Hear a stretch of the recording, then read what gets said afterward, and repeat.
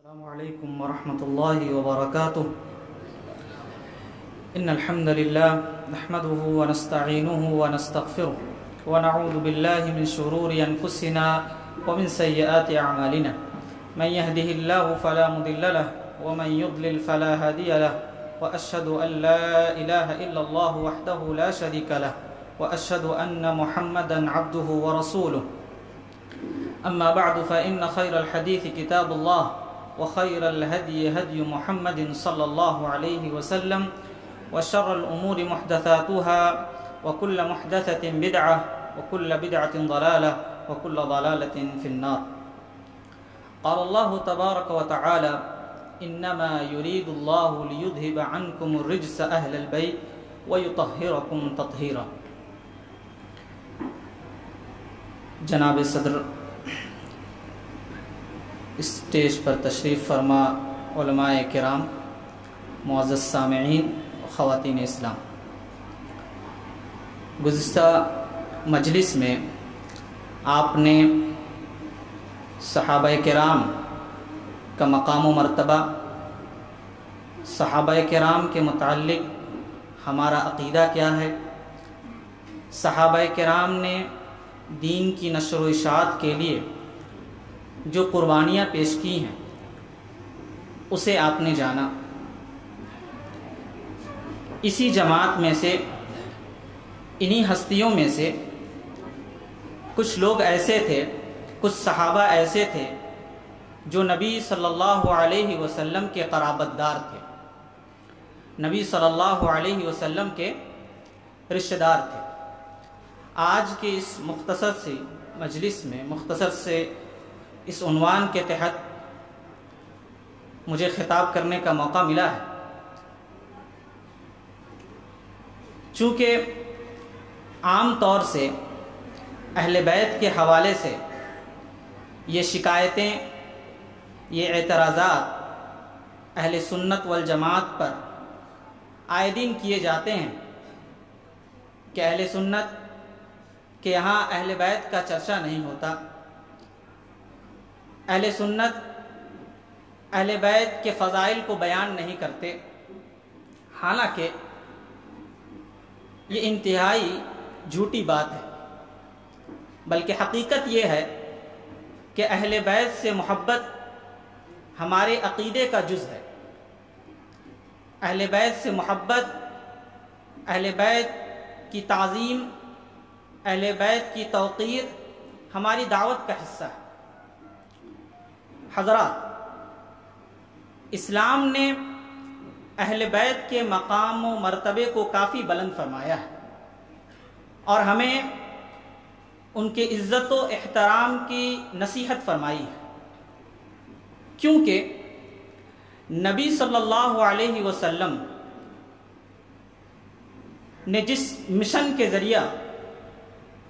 اپنی دعوت کا آغاز کیا، آپ پر جب وحی کا جب نزول ہوا، آپ نے جب تعلیمات الہی کو عام کرنے کی جب ٹھانی، تو اس راستے میں آپ کو کافی مصیبتیں اٹھانی پڑی. آپ کی دعوت کو سب سے پہل جن لوگوں نے قبول کیا وہ آپ کے گھرانے والے تھے. آپ کی مصیبتوں میں، آپ کی پریشانیوں میں قدم قدم پر جن لوگوں نے آپ کا ساتھ دیا وہ آپ کے گھرانے والے تھے. اسی لیے آپ دیکھیں گے کہ اللہ کے نبی صلی اللہ علیہ وسلم کو جس قدر آپ کے گھرانے سے آپ کو حوصلہ ملا، جب آپ غمگین ہو جاتے تو حوصلہ دینے کا کام آپ کی بیویاں کرتی، آپ کی بیٹیاں کرتی. حضرت خدیجہ رضی اللہ تعالی عنہا کے پاس جب اللہ کے نبی صلی اللہ علیہ وسلم یہ بات عرض کرتے ہیں کہ میرے پاس وحی کا سلسلہ یا ایک فرشتہ آیا ہے جو مجھے اقرأ بسم ربک الذی خلق جیسی تعلیمات دے رہا ہے، تو نبی صلی اللہ علیہ وسلم کو اپنے ضائع ہونے کا خدشہ ہوا. تو ایسے موقع پر نیک بیوی نے نبی صلی اللہ علیہ وسلم کو دلاسا دیا، کلا یخزیک اللہ ابدا، کہ اللہ تبارک و تعالیٰ آپ کو تو کبھی رسوا نہیں کر سکتا. آپ تو غریبوں کے پرسان حال کرتے ہیں، لوگوں کی مدد کیا کرتے ہیں. تو اہل بیت کا مقام و مرتبہ اس لیے شریعت کے اندر بلند ہے کیونکہ انہوں نے نبی صلی اللہ علیہ وسلم کی دعوت میں آپ کا مکمل ساتھ دیا. جو مصیبتیں نبی صلی اللہ علیہ وسلم کو اٹھانی پڑی، اس کے ساتھ ساتھ آپ نے بھی، آپ کے اہل بیت نے بھی وہ مصیبتیں اٹھائیں. اس لیے شریعت نے ان کے خدمات کا ذکر کرتے ہوئے ان کے مقامات کو بلند کیا. اسی لیے اہل سنت والجماعت کا عقیدہ ہے، اور ہماری ہر کتاب میں، یعنی اہل الحدیث کے عقیدے کے ہر کتاب میں آپ کو جہاں کہیں بھی صحابہ کرام کی تعظیم و توقیر کا ذکر ملے گا، وہیں پر آپ کو یہ بھی ذکر ملے گا کہ نحن نحب اصحاب رسول اللہ صلی اللہ علیہ وسلم ونحب اہل بیت النبی صلی اللہ علیہ وسلم، کہ ہم صحابہ کرام رضوان اللہ علیہم اجمعین کی جس طرح تعظیم و توقیر کرتے ہیں، اسی طرح نبی صلی اللہ علیہ وسلم کے گھرانے والے کو، نبی صلی اللہ علیہ وسلم کے قرابت داروں کو، رشتہ داروں کی توقیر کیا کرتے ہیں. یہ ہمارا متفقہ عقیدہ ہے، اور اس کی تعلیم ہمارے یہاں روز اول سے جاری و ساری ہے. لیکن سوال یہ پیدا ہوتا ہے کہ اہل بیت ہیں کون؟ اہل بیت سے مراد کون؟ اہل علم کہتے ہیں کہ اہل بیت سے مراد وہ افراد ہیں، بنی ہاشم کے وہ افراد جو ایمان لائے اور جن کے اوپر صدقہ حرام ہے. اسی طرح اہل بیت کے اندر نبی صلی اللہ علیہ وسلم کی بیویاں، نبی صلی اللہ علیہ وسلم کی آل و اولاد، نبی صلی اللہ علیہ وسلم کے غلام بھی اہل بیت میں شمار کیے جاتے ہیں. یہ بات آپ کو آج اس لیے کیوں بتائی جا رہی ہے؟ یہ بات عام اس بات کو بتانے کی ضرورت آج کیوں محسوس ہو رہی ہے؟ کیونکہ گزشتہ صدیوں سے، بلکہ روز اول سے اہل بیت کے مفہوم کو بگاڑنے کی کوشش کی گئی ہے. اہل بیت کے نام پر جس طرح گمراہی اہل تشیع نے عام کیا ہے، یا اہل بیت کے مفہوم کو جس طرح تنگ کرنے کی کوشش کی گئی ہے، اس لیے ضرورت محسوس ہوئی کہ اہل بیت کا جو حقیقی معنی ہے، اہل بیت کا جو حقیقی مفہوم ہے، وہ آپ کے سامنے بتایا جائے. آپ نے سن رکھا ہوگا کہ اہل بیت سے بہت سارے، اہل تشیع ہی نہیں بلکہ بعض سنی مسلمان بھی یہ سمجھتے ہیں کہ اہل بیت سے مراد پنجتن پاک ہے. آپ نے ممبر و محراب میں یا دیواروں میں یا کافی جگہ آپ نے یہ چیزیں دیکھی ہوں گی کہ پنجتن پاک کیا ہے؟ کہ اللہ کے نبی صلی اللہ علیہ وسلم، حضرت علی، حضرت فاطمہ،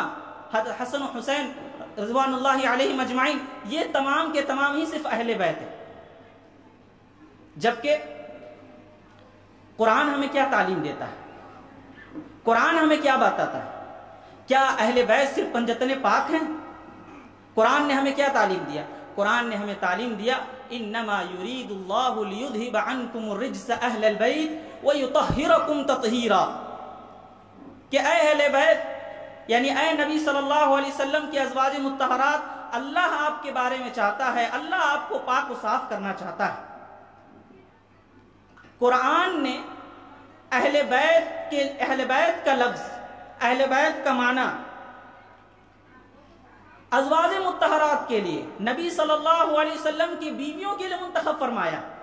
جس آیت کی تلاوت آپ کے سامنے کی گئی، اگر آپ اس سے پہلے کی آیت پڑھیں گے، اللہ تبارک و تعالیٰ ارشاد فرماتا ہے وَقَرْنَ فِي بُيُوتِكُنَّ وَلَا تَبَرَّجْنَ تَبَرُّجَ الْجَاهِلِيَّةِ الْأُولَى وَأَقِمْنَ الصَّلَاةَ وَآتِينَ الزَّكَاةَ وَأَطِعْنَ اللَّهَ وَرَسُولَهُ إِنَّمَا يُرِيدُ اللَّهُ لِيُذْهِبَ عَنْكُمُ الرِّجْسَ أَهْلَ الْبَيْتِ وَيُطَهِّرَكُمْ تَطْهِيرًا، کہ اے نبی صلی اللہ علیہ وسلم کی بیویاں، آپ گھر کو لازم پکڑیں، اپنی زینت کا اظہار نہ کریں، نماز قائم کریں، زکوٰۃ دیں، اور اللہ اس کے رسول کی اطاعت کریں، کیونکہ اللہ تبارک و تعالیٰ چاہتا ہے کہ آپ کو اللہ تبارک و تعالیٰ پاک و صاف کرنا چاہتا ہے. اس آیت میں اہل بیت سے جو اللہ رب العالمین نے مراد لیا ہے، قرآن جو ہمیں جو بات اس اہل بیت کے متعلق جس چیز کی وضاحت کرتی ہے، وہ ازواج مطہرات ہے. اہل تشیع یا بعض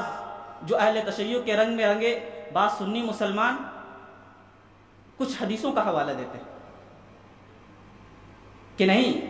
اصل تو اہل بیت پنجتن پاک ہی ہیں۔ اس سلسلے میں کیا فرماتے ہیں؟ ایک آیت ہے، اللہ تبارک و تعالیٰ نے فرمایا فَمَنْ حَاجَّكَ مِنْ بَعْدِ مَا جَاءَكَ مِنَ الْعِلْمِ فَقُلْ تَعَالَوْا نَدْعُ أَبْنَاءَنَا وَأَبْنَاءَكُمْ وَنِسَاءَنَا وَنِسَاءَكُمْ وَأَنفُسَنَا وَأَنفُسَكُمْ ثُمَّ نَبْتَهِلْ فَنَجْعَلْ لَعْنَةَ اللَّهِ عَلَى الْكَاذِبِينَ۔ یہ آیت اس وقت نازل ہوئی جب نجران سے عیسائیوں کا وفد نبی صلی اللہ علیہ وسلم کے پاس آیا تھا، اور نبی صلی اللہ علیہ وسلم سے عیسیٰ علیہ السلام کی الوہیت، عیسیٰ علیہ السلام کے اللہ کے بیٹے ہونے کے بارے میں نبی صلی اللہ علیہ وسلم سے جھگڑ رہے۔ تو اللہ رب العالمین نے یہ آیت نازل فرمائی کہ یہ لوگ جو آپ سے مناقشہ کر رہے ہیں، یہ جو لوگ آپ سے لڑ رہے ہیں، آپ انہیں کہیں کہ چلو آؤ ہم مباہلہ کر لیتے ہیں، ہم بھی اپنے بچوں کو بلاتے ہیں، ہم بھی اپنی عورتوں کو جمع کرتے ہیں، تم بھی اپنی عورتوں کو جمع کرو، ہم خود جمع ہوتے ہیں اور سب مل کر کے اللہ رب العالمین سے یہ دعا کریں گے کہ اللہ رب العالمین ہم میں سے جو جھوٹا ہے اس پر لعنت ہو۔ اللہ کے نبی صلی اللہ علیہ وسلم نے حضرت علی کو بلایا، حضرت فاطمہ کو بلایا، حضرت حسن اور حسین کو بلایا اور فرمایا کہ یہ میرے اہل بیت ہیں، اور انہیں مباہلہ کی دعوت دی۔ نجران کے عیسائی بھاگ گئے، انہوں نے مباہلہ نہیں کیا کیونکہ وہ جانتے تھے کہ یہ نبی سچے ہیں، اگر ہم ان کے چنگل میں پھنس گئے تو ان کی بددعا کے سب سے پہلے ہم ہی مستحق ٹھہریں گے اور ہم ہی نست و نابود ہو جائیں گے، لہٰذا انہوں نے مباہلہ نہیں کیا۔ تو اہل تشیع کہتے ہیں کہ یہاں پر اہل بیت سے اللہ کے نبی صلی اللہ علیہ وسلم نے چند مخصوص افراد ہی کو لیا۔ اسی طرح آپ نے ایک حدیث سن رکھا ہوگا جو عام طور سے جسے عام کرنے کی کوشش کی جاتی ہے کہ اللہ کے نبی صلی اللہ علیہ وسلم نے کسی موقع کے تحت چادر پھیلائی، حضرت حسن، حضرت حسین، حضرت علی، حضرت فاطمہ کو بلایا اور فرمایا اللہم ہؤلاء اہل بیتی، کہ یہ میرے گھرانے والے ہیں۔ یہ حدیث صحیح ہے، یہ حدیث جو آپ کے سامنے پڑھی گئی، بتائی گئی، یہ حدیث صحیح ہے کہ ہاں یہ اہل بیت ہیں، لیکن استدلال غلط ہے۔ اس بات کو سمجھنے کی ضرورت ہے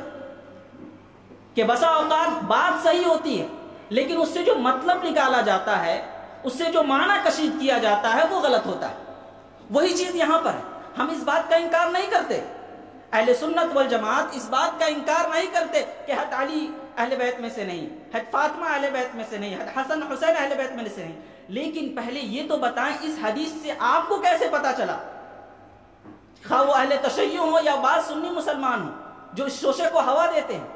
کہ آپ کو کیسے پتا چلا کہ صرف یہی اہل بیت ہے؟ اس کا ذکر تو اس حدیث میں نہیں ہے۔ اس لیے اس اصول کو آپ اپنے ذہن میں رکھیں کہ ہمیں غرض صرف اس بات سے نہیں ہونی چاہیے کہ صرف بات صحیح ہے، یہ بھی ضروری ہے ہمارے لیے کہ وہ بات سے جو مطلب نکالا گیا ہے، جو بات کہی جا رہی اس بات کا تعلق اہل علم کے قول سے موافقت اس کی ہے کہ نہیں ہے۔ آج صحیح قول کے نام پر، صحیح بات کے نام پر، صحیح حدیث کے نام پر ہم ہر غیر نت خیرے کی بات سنتے ہیں، کسے باشد کہ وہ شخص اس نے استدلال غلط کیا یا صحیح کیا، ہمیں اس کی کوئی فکر نہیں، نہ ہم اہل علم سے پوچھتے ہیں اور نہ ہی ہم یہ جسارت کرتے، بلکہ فوراً اس سے معنی کشش کر کے دوسروں تک پھیلانے کی کوشش کرنے لگتے ہیں۔ یہی حال اس حدیث کے حوالے سے کیا جاتا ہے۔ اللہ کے نبی صلی اللہ علیہ وسلم نے یہاں پر اہل بیت کو جو داخل فرمایا، اہل بیت کو جو مراد لیا، اس کے متعلق اہل سنت والجماعت کہتے ہیں، اہل علم کا کہنا ہے کہ دیکھیں قرآن سے ہمیں یہ پتا چلا کہ اہل بیت سے مراد ازواج مطہرات ہیں، لیکن ہمیں حدیث سے پتا چلتا ہے کہ صرف ازواج مطہرات ہی اہل بیت نہیں ہیں، بلکہ حضرت علی، حضرت فاطمہ اور حضرت حسن حسین بھی اہل بیت میں آتے ہیں۔ یہ مفہوم ہے، نہ کہ صرف اور صرف یہی اہل بیت ہے۔ آپ ذرا غور فرمائیں کہ اللہ کے نبی صلی اللہ علیہ وسلم پر جب یہ آیت نازل ہوئی، ان اللہ و ملائکتہ یصلون علی النبی یا ایھا الذین آمنوا صلوا علیہ وسلموا تسلیما، کہ اللہ تبارک و تعالیٰ فرشتے نبی صلی اللہ علیہ وسلم پر درود و سلام بھیجتے ہیں، رحمت کی دعا کرتے ہیں۔ تو صحابہ نے عرض کیا کہ اللہ کے رسول صلی اللہ علیہ وسلم ہم آپ پر کیسے درود بھیجیں؟ اللہ کے نبی صلی اللہ علیہ وسلم نے جس طرح ایک موقع کے تحت درود ابراہیمی سکھایا، اسی طرح اللہ کے نبی صلی اللہ علیہ وسلم نے ایک موقع کے تحت یہ سکھایا کہ آپ درود اس طرح پڑھیں، اللہم صلی علی محمد وعلی آلہ وازواجہ وذریاتہ۔ اللہ کے نبی صلی اللہ علیہ وسلم نے خود آل محمد کے اندر ازواج مطہرات کو یہاں شامل کیا۔ تو لہٰذا اس غلط مفہوم میں اہل بیت کا جو صحیح مفہوم اہل سنت والجماعت جو بیان کرتے ہیں اسے آپ سمجھیں اور اسے تسلیم کریں۔ حضرات، اہل بیت کے حوالے، اہل بیت کے مفہوم کے بعد ہمیں یہ بات قرآن و سنت کے اندر ملتی ہے کہ اہل بیت کی تعظیم، اہل بیت کی فضیلتوں کے متعلق بے شمار حدیثیں ہیں۔ ایک حدیث ہے مسلم شریف کی کہ زید بن ارقم رضی اللہ تعالی عنہ بیان کرتے ہیں کہ نبی صلی اللہ علیہ وسلم ایک دفعہ مکہ اور مدینے کی ایک جگہ، خم کی ایک جگہ پر جمع ہوئے، اور نبی صلی اللہ علیہ وسلم نے ایک خطبہ ارشاد فرمایا۔ اس خطبے میں اللہ کے نبی صلی اللہ علیہ وسلم نے کہا کہ قریب ہے، یعنی میری موت کی گھڑی قریب ہے، میرا دنیا سے جانا، میرے دنیا سے کوچ کرنے کا وقت قریب ہے۔ ایسے موقع پر اے صحابہ کی جماعت، میں آپ کو دو چیزوں کی نصیحت کرتا ہوں، میں آپ کے درمیان دو چیزیں چھوڑے جا رہا ہوں۔ انی تارک فیکم ثقلین، کتاب اللہ فیہ الہدی والنور واہل بیتی، اذکرکم اللہ فی اہل بیتی، اذکرکم اللہ فی اہل بیتی، اذکرکم اللہ فی اہل بیتی، کہ میں تم پر کتاب اللہ چھوڑ کے جا رہا ہوں جس کے اندر ہدایت ہے، نور ہے، اور کتاب اللہ کے اندر سنت شامل ہے، حدیثیں شامل ہیں، اور اپنے اہل بیت کو، اپنے گھرانے والوں کو چھوڑ کر جا رہا ہوں۔ انہیں یاد رکھنا، ان کی تعظیم کرنا، انہیں ایذا نہ پہنچانا، انہیں تکلیف نہ دینا۔ یہ حدیث کو صحابہ کرام نے کس طرح سمجھا، یہ ہمیں سیکھنے کی ضرورت ہے یا جاننے کی ضرورت ہے۔ عام طور سے اس حدیث کا حوالہ دے کر سنیوں کو ورغلایا جاتا ہے کہ سنی اہل بیت کی توقیر نہیں کرتے۔ آپ ذرا غور فرمائیں کہ حضرت ابو بکر صدیق رضی اللہ تعالی عنہ کا اہل بیت کے ساتھ کس طرح کا عمل تھا، یعنی جس طرح صحابہ کرام نے نبی صلی اللہ علیہ وسلم کی جو وصیت قرآن و حدیث کے تحت جس طرح تھی، جس طرح اسے لازم پکڑا، اسی طرح اہل بیت کے حوالے سے آپ صلی اللہ علیہ وسلم نے جو وصیت کی تھی، صحابہ کرام نے اسے بھی لازم پکڑا۔ صحابہ کرام نے اہل بیت کی کبھی تنقیص نہیں کی۔ ابو بکر صدیق رضی اللہ تعالیٰ عنہ کے بارے میں آتا ہے کہ ابو بکر صدیق فرماتے ہیں کہ ارقبوا محمدن فی اہل بیتی۔ آپ اپنے زمانے خلافت میں فرمایا کرتے کہ محمد صلی اللہ علیہ وسلم اور ان کے گھرانے کا آپ خیال کیا کرو۔ بلکہ ابو بکر صدیق رضی اللہ تعالیٰ عنہ کے بارے میں یہاں تک مروی ہے کہ آپ فرماتے ہیں کہ قرابت رسول اللہ صلی اللہ علیہ وسلم احب الی ان اصل من قرابتی، کہ مجھے اپنے گھرانے سے زیادہ نبی صلی اللہ علیہ وسلم کا گھرانہ پسند ہے۔ اگر آپ کو حضرت ابو بکر صدیق رضی اللہ تعالیٰ عنہ کس طرح اہل بیت سے محبت کرتے تھے، آپ بخاری کی ذرا وہ روایت دیکھیں کہ اللہ کے حضرت ابو بکر صدیق عصر کی نماز پڑھ کر کے نکل رہے ہیں، حضرت حسن کھیل رہے ہیں، فوراً ابو بکر صدیق رضی اللہ تعالیٰ عنہ اپنے کندھے پر اٹھاتے ہیں اور انہیں اور یہ شعر پڑھتے ہیں کہ بِأَبِي شَبِيهٌ بِالنَّبِي وَلَا بِشَبِيهٍ عَلِي فَعَلِيٌّ يَضْحَكُ، کہ حضرت ابو بکر صدیق رضی اللہ عنہ نے فرمایا کہ یہ بیٹا اللہ کی قسم، میرے ماں باپ قربان ہو، یہ نبی صلی اللہ علیہ وسلم سے مشابہت رکھتا ہے، یعنی حضرت حسن کی شباہت نبی صلی اللہ علیہ وسلم کی طرح تھی، علی کی طرح نہیں، علی کی شکل و صورت ان سے نہیں ملتی۔ علی رضی اللہ تعالیٰ وہی سن کر دیکھ رہے ہیں اور ہنس رہے ہیں۔ تو اس طرح صحابہ کرام کا آپس میں ایک دوسرے سے محبت تھی۔ عمر بن خطاب رضی اللہ تعالیٰ عنہ کے بارے میں آتا ہے کہ جب بیت المال میں جب مالوں کی جب تقسیم ہوتی تھی تو آپ سب سے پہلے نبی صلی اللہ علیہ وسلم کے گھرانے سے شروعات کیا کرتے تھے۔ بلکہ عمر فاروق رضی اللہ تعالیٰ عنہ کے بارے میں یہاں تک مروی ہے کہ آپ نے عباس رضی اللہ تعالیٰ عنہ کو ایک دفعہ مخاطب ہوتے ہوئے فرمایا کہ چچا جان، مجھے تو اپنے ابا سے زیادہ آپ کے اسلام کی مجھے فکر تھی، مجھے یہ زیادہ پسند ہے کہ میرے ابا اسلام لائیں، اس سے زیادہ مجھے یہ پسند ہے کہ آپ اسلام لے آئیں۔ تو اس طرح اذکرکم اللہ فی اہل بیتی، کہ نبی صلی اللہ علیہ وسلم کی اہل بیت کی توقیر کرنی ہے، ان کا احترام کرنا ہے، تو صحابہ کرام نے ہمیشہ ان کا احترام کیا۔ اسی طرح صحابہ کرام سے اہل بیت کے افراد کے بعض منفرد یا خصوصی احادیث مروی ہے کہ حضرت علی رضی اللہ تعالیٰ عنہ کے بارے میں اللہ کے نبی صلی اللہ علیہ وسلم نے فرمایا کہ لا يحبك الا مؤمن ولا يبغضك الا منافق، کہ علی رضی اللہ عنہ آپ سے محبت کرنے والا، لا يحبك الا مؤمن، آپ سے محبت وہی کرے گا جو مومن ہے، ولا يبغضك الا منافق، اور آپ سے بغض وہی شخص رکھ سکتا ہے جس کے دل میں نفاق ہو۔ اسی طرح حضرت فاطمہ رضی اللہ تعالیٰ عنہ کے متعلق جو خصوصی احادیث ہمیں ملتی ہیں، ان کی فضیلتوں کے متعلق اللہ کے نبی صلی اللہ علیہ وسلم نے فرمایا فاطمہ بضعۃ منی من یؤذینی من آذاها وینصبنی من انصبها، کہ فاطمہ صرف میری بیٹی نہیں بلکہ میرے وجود کا حصہ ہے، جو اسے تکلیف پہنچائے تو گویا اس نے مجھے تکلیف پہنچائی، جو اسے غمگین کرے گویا کہ اس نے مجھے غمگین کیا۔ اسی طرح اللہ کے نبی صلی اللہ علیہ وسلم نے حضرت حسن و حسین کے متعلق بھی خصوصی روایتیں یا خصوصی حدیثیں، خصوصی فضیلتیں بیان فرمائیں، انہما سیدہ من شباب اہل الجنہ، کہ وہ جنتوں کے سردار ہیں۔ بلکہ حضرت حسن کے متعلق تو نبی صلی اللہ علیہ وسلم نے جو پیشن گوئی کی تھی کہ ان ابنی ھذا سید لعل اللہ یصلح بین فئتین من المسلمین، کہ یہ میرا بچہ، یہ میرا بیٹا سردار ہے، کیونکہ اللہ رب العالمین اس کے ذریعہ سے آئندہ مسلمانوں کی دو جماعتوں کے درمیان صلح کرائے گا۔ یہ اللہ کے نبی صلی اللہ علیہ وسلم نے حضرت حسن کے متعلق پیشن گوئی کی تھی۔ یہ پیشن گوئی کیسے پوری ہوئی؟ جب حضرت علی رضی اللہ تعالیٰ عنہ کی خلافت ختم ہوئی، حضرت حسن رضی اللہ تعالیٰ عنہ مسند خلافت پر براجمان ہوتے ہیں۔ ایسے وقت میں مسلمان دو حصوں میں منقسم ہیں، بعض مسلمان معاویہ رضی اللہ تعالیٰ عنہ کی خلافت میں ہیں اور بعض حضرت حسن کی خلافت میں ہیں۔ حضرت حسن رضی اللہ تعالیٰ عنہ کو یہ گوارا نہیں ہوا کہ مسلمان اس طرح دو دھڑوں میں تقسیم ہو، امت مسلمہ اس طرح دو دھڑوں میں منقسم ہو۔ آپ نے اپنے حق سے تنازل اختیار فرمایا اور حضرت معاویہ رضی اللہ تعالیٰ عنہ کو دعوت صلح دی، اور اس طرح پورے کے پورے امت مسلمہ پھر سے ایک طرح یکجٹ ہو گئی۔ تو حضرات، اہل بیت سے محبت، اہل بیت سے فضیلت، اس کے بیانات بے شمار ہیں، لیکن یہاں پر ایک آخری بات، یہ سوال اہم ہے کہ اہل بیت سے محبت کا مفہوم کیا ہے؟